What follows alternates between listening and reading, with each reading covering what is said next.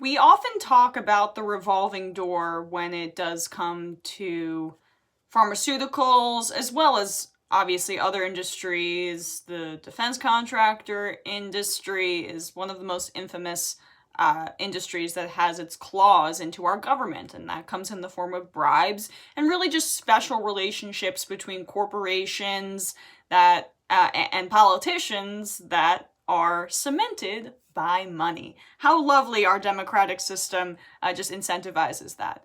And if you've been watching the news, Trump keeps pushing this drug that's an anti-malarial drug. It's also treated or used to treat lupus patients, and so there has been a shortage of that because Trump is pushing this unproven drug that says it is going to help with the coronavirus and is going to help cure it. It's let's see if I can get through this entire video with actually pronouncing it correctly.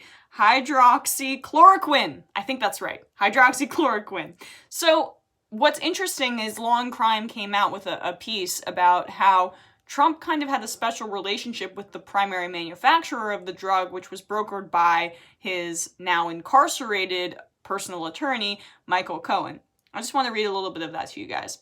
It just so happens that one of the largest manufacturers of the drug, Novartis, previously paid Trump's now incarcerated former personal attorney, Michael Cohen, more than $1 million for healthcare policy insight following Trump's election in 2016.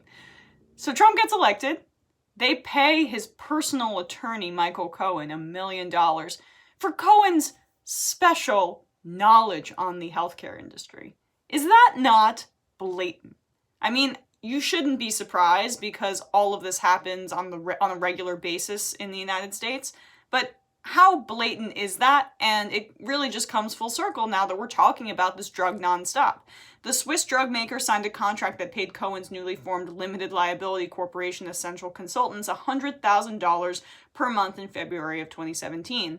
After details of the deal were leaked by the now jailed Michael Avenatti, whose then client Stormy Daniels was engaged in a legal dispute with the president, the company's CEO issued a public apology saying Novartis made a mistake in contracting with the president's personal attorney. It was no mistake.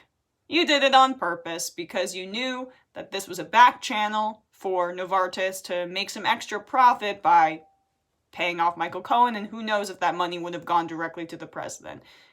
At the very least, they're paying for access. And consulting is just basically a slush fund for access when it comes to the political world. Fast forward a few years, and Cohen is currently in federal prison, serving a 3-year sentence for campaign finance violations. Wow, it's almost like there's a theme here. Tax fraud and bank fraud. Novartis, on the other hand, just agreed to donate up to 130 million doses of the unproven drug to help fight COVID-19.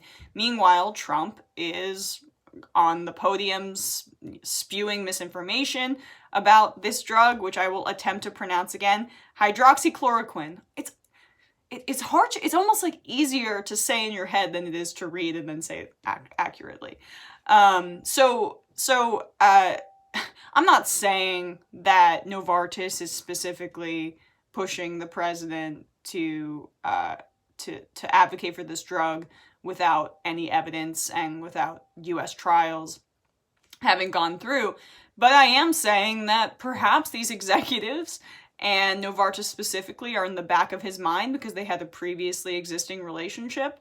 And if we had a progressive president, if we had someone who bucked at the idea of these revolving door, pay-for-play, backroom deals, that wouldn't be the case. And so it's important to understand that Trump's incompetence is equally as important as his corruption, and this is just another prime example of that.